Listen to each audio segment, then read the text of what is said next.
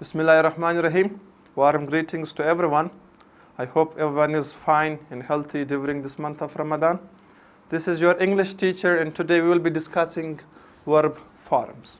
As you know, previously we have discussed modifiers and their kinds and prepositions as well. Today we will be talking about verb forms. Before we discuss verb forms, we have to know about the verb itself. What is a verb? According to grammar, verb is a word that expresses an action or state of being. It means that verb could be used for two purposes. One, to show or to express action in a sentence, and to show the state of something. Okay, we have got some examples here like work, play, learn, and eat. These are all examples of action verbs, or in other words, we can say that these verbs express the physical activity of someone. For example, I work. It's a physical activity. I play, learn, and eat. And the verbs we see under action verbs, to be verbs, have, like, love, and so on, are examples of state verbs. Okay? They express the situation of something, like to be. I am a teacher. You are a student. He is a driver. Or some verbs like have, like, and love, which cannot be discussed as action verbs. Or we can say that we cannot call them action verbs because we cannot add ing to these verbs. Some people also call them stative verbs. Okay. A verb could have 5 types, but there is an exception as well, that the verb to be has 8 forms. So you might be wondering how a verb could have 3 to 8 forms. It depends on the tense we use the verb in, or it depends on the verb itself. For example, there are 5 forms of the verb. One is the root form, third person singular, present participle, past, and past participle form of the verbs. So first, let's talk about root form of the verb. What's root form of the verb? It's the base form of the verb, or you can say that it's the infinitive form of the verb without to. It means that if we remove the infinitive to from the verb, so we can call it base form of the verb. As you see in these examples, to see is an example of an infinitive with to plus verb. If we remove to from this verb, so it's just see, and we call this root form of the verb because it doesn't contain anything with itself. There is no ing, it doesn't contain d, ed, or ied, or other prefixes or affixes. The other one is to write or write. Again, we say that in these 2 parts, the first type of the verb is infinitive. It contains to plus verb, but if we write the verb write without to, so we can call it base form of the verb. Okay. Next thing we are going to discuss is third person singular. The third person singular expression or word could be something unfamiliar for some people, because you might wonder what a third person singular is. In fact, third person singular is he, she, or it. For example, you say that he is walking, or she is cooking, or it's running. Okay? In this sentence, we call it third person singular because it's the person or thing that we are talking about.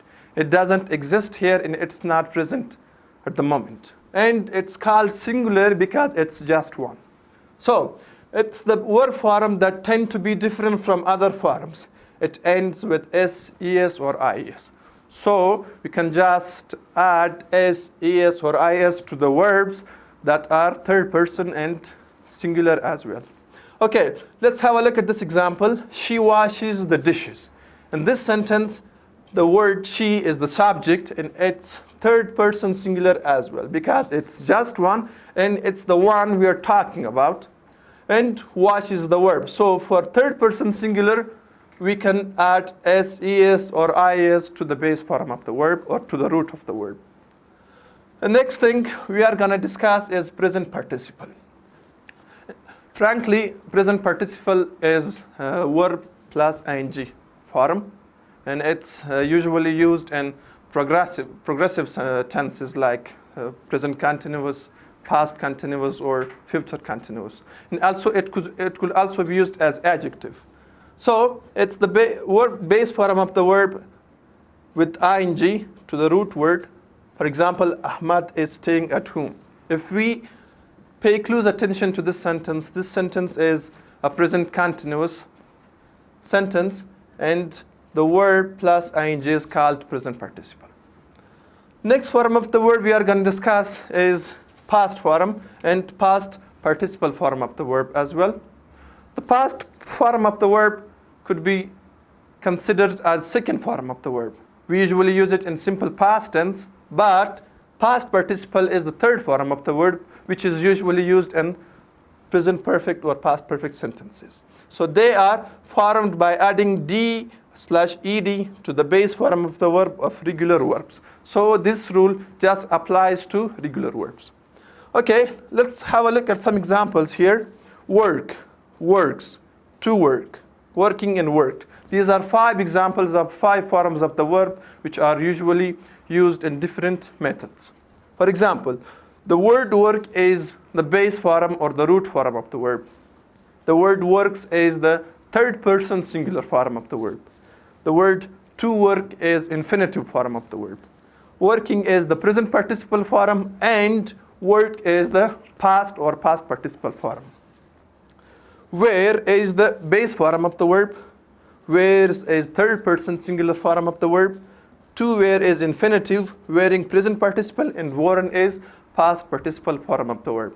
So all you have to know about verbs is that each verb doesn't have 5 forms. Some verbs could have 3 forms at least, and some verbs could either have 8 forms, like the word be is, am, are, be, being, been, and so on. So it depends on the verb. For example, the verb cut could have 3 or 4 forms.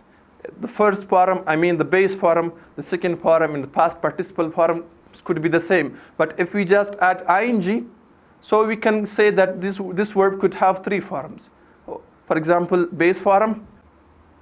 So guys, that was all for today. If you have any questions regarding verb forms, you can leave comments in comment section. And till the next video, have a great time. Stay safe, stay healthy.